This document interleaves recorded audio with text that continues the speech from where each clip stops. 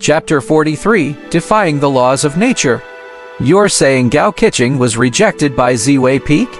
Surprise painted Han Ye's face. Liu Linqi nodded. Yes, after reaching the summit of Emt. Wen Dao and being evaluated by many elders for his talents, he was judged to lack sufficient swordsmanship aptitude and was forcibly sent to Yangshen Peak to learn alchemy. What about the others? The carpenter Li Chong has gone to Bihu Peak to learn the art of cultivating spiritual plants and take care of vast spirit fields. The ironsmith Xiao Jin went to Tianhuo Peak to learn the art of artifact refining and controlling. Other members from Liu Manor who participated couldn't pass Emt. Wendy's challenge collapsed along the road due to their weakness and were forcibly removed. Listening to Liu Linqi, Han Yi pondered. At least 50 people from Liu Manor participated, but only a few of them passed the 3 trials. The rest were all eliminated. The Dragon Sparrow sect is renowned in Qingyun State, and so many people have entered the sect this time. The sect's grand ceremony revealed a lot. Many new disciples, though dressed in simple blue robes, radiated strong spiritual ki. They obviously had substantial cultivation groundwork and weren't completely novice cultivators like them. In other words, competition was fierce in the Dragon Sparrow sect. But Han Yi was still very happy for Gao Qiqing, Xiao Jin, and Li Chong because they were able to practice in the Dragon Sparrow sect. Alchemy, spiritual plant cultivation, artifact refining. All of those were very practical skills. An elixir created by an alchemy master could be sold for a high price. Making elixirs required a constant supply of spiritual medicines and fruits as raw material. Spiritual plant cultivators played a significant role in this process. Furthermore, an artifact refining master was quite in demand in the cultivation world. The strength of a cultivator with a magical treasure and that of one without were vastly different. Once his buddies mastered their skills, Han Yi would reap benefits from it in the future. There were also others like beast taming, puppet refining, talisman inscription, etc. He needed to figure out a way to involve himself in them and harvest some attributes. Others might be biting off more than they could chew and couldn't multitask, but Han Yi was different. He could pick up attributes and learn all the skills from the 10 major peaks. Given enough time, he believed that he would learn all these skills and master them thoroughly. Boom! Boom! Boom! Ashen Yi was contemplating. The sound of a bell ringing resonated through the air. The clear and ethereal sound left everyone reverberating. Ha ha ha! What mortals aspire for proven by the 3,000 Great Tao. Disciples who have newly entered the sect, welcome to Dragon Sparrow sect. With the ringing laughter echoing through the skies above the debate peak. 9 long and splendid holy lights descended onto the immortal peak, attracting everyone's attention with their bright colors. Look, that's the 9K Jiang Zhuangguang seal of founder Yungshu. The sect master is here. I haven't seen him for several years, and today I finally get to see him. In the previous grand ceremonies of the sect, only the Grand Elder presided, but this year is different. Inward sect disciples dressed in blue robes began to whisper amongst each other. Only then did Han Yi understand that the sect's grand ceremony had begun. 9 splendid lights merged together, forming the figure of Yun Zuzi, standing high on a stone platform overlooking thousands of disciples beneath. They came from all areas, states, counties, various dynasties. Princes and princesses, gentry, aristocratic families, cultivation households. Liu Linqi, standing next to him, squinted at the sight of founder Yun Zuzi on the platform. Not concealing her yearning, when will I be able to cultivate to such a realm? The same question Han Yi wanted to ask. Little Demon Fox once said she took 300 years to take form, yet before these powerful humans, she seemed like a mere child. They say cultivators can pursue longevity, but Han Yi finds it hard to believe. Can humans really live for so long? Considering Miss Lia's single spirit root quality, there should be no problem to reach this realm within 100 years, said Han Yi with a smile on his face. He was saying the absolute truth, not a mere compliment. Liu Linqi's wood spirit root was considered top-tier aptitude among the many disciples. A single spirit root signified that there won't be many bottlenecks in cultivation. The transformation rate of spiritual ki is high, with no impurities, making her capable of advancing rapidly in her cultivation. I'm grateful for your blessed words. A rare smile appeared on Liu Linka's face. On the platform of the peak, founder Yun Zuzi, with a smile on his face, infused his voice with magic power. For thousands of years, dynasties have risen and fallen. And our Dragon Sparrow sect has finally welcomed this year's grand ceremony.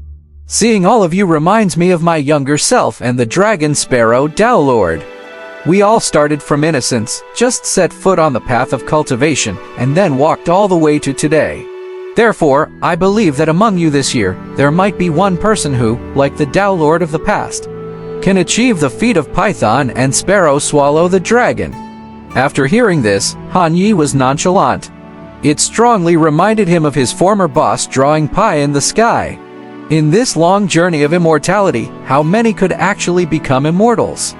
Aren't most reduced to a pile of yellow soil?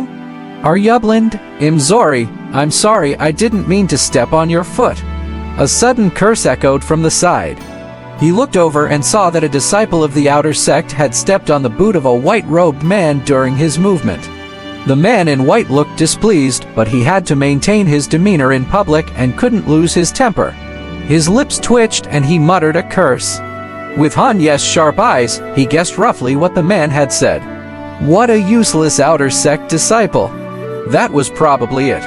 Although Han Yi felt this direct disciple had a poor quality, he didn't take any action, as such things were common in the sect. After all, being a direct disciple in the sect naturally made one superior. Thud! The next second, however, the direct disciple clutched his chest and grimaced in pain, with tendrils of black energy swirling around him. Senior brother, what's the matter with you? Senior brother, accompanied by cries of shock from the surrounding disciples, the man in white collapsed within a moment. Han Yi watched with a bewildered expression. What just happened? At that moment, an eerie purple light orb was left in the place where the outer sect disciple was standing. It was an attribute. Hania struggled to control his surprise. Confirming that no one around him noticed, he slowly moved towards the location of the attribute. Excuse me, sorry. With a lot of effort, he finally got in front of the attribute and absorbed it without hesitation. However, after absorbing it and seeing its description, he was momentarily stunned. Acquired attribute, Heavenly Slaughter Lone Star 1. Heavenly Slaughter Lone Star Purple, cursed by the malevolent star, you stand alone. Anyone who comes into contact with the Lone Star is bound by misfortune, likely to meet accidents or even death. Seeing this attribute, Han Yi was struck dumb. A causality weapon? Shultone, be careful about picking this up, lest it hurts an ally by accident. Heavenly Slaughter Lone Star 13000. He looked at the progress and reassured himself a little. Thank goodness, it's just a little bit. It shouldn't be as outrageous as the description states. It seems senior brother has suffered a backlash from the key meridians. Huh? A backlash from the key meridians happens when the flow of magic power is too fast, right? But the chances of that happening are incredibly low, negligible even. Inspecting the situation of the man in white, the disciples all looked at each other in disbelief. To encounter even a key meridian backlash. That was incredibly unlucky. Han Yi couldn't help but think to himself darkly, a causality weapon attribute, if used well, it could be a major weapon. However, it only works upon touch, and it must be used carefully so as not to affect those around us. Now let's talk about the rules of the sect. At this point, the speech on the stone platform was continuing, entering an intense phase. After the pleasantries were over, the introduction to how the sect operated came up. For example, sect disciples were not permitted to only cultivate intensely within the peaks. They also had to go down the mountain to complete various difficulty tasks. Only by doing this could they earn more substantial cultivation resources and assessment scores. To become an inner sect disciple or a direct disciple, besides meeting the necessary cultivation realm, one also had to obtain a sufficient amount of assessment scores. Those who greatly exceeded others in assessment scores and were powerful, even if they didn't meet the cultivation realm requirement, could also be accepted as exceptions. In the sect, the better one performed, the more resources one would get. The goal was to encourage the sect's disciples to take the initiative, striving for their cultivation. Han Yi also learned that outer sect disciples only received 100 spirit stones each month.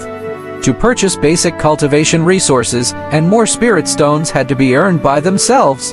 Lastly, announcing this year's true inheritance disciples and issuing the Purple Phoenix treasure scarves. A number of young cultivators with strong aura flew up, walking in the air to the stone platform. There were both males and females, totaling to only 10 people. Han Yi knew that they were the disciples who had performed the best in the Dragon Sparrow sect over the past 10 years. Every single true inheritance disciple was a pillar of the sect.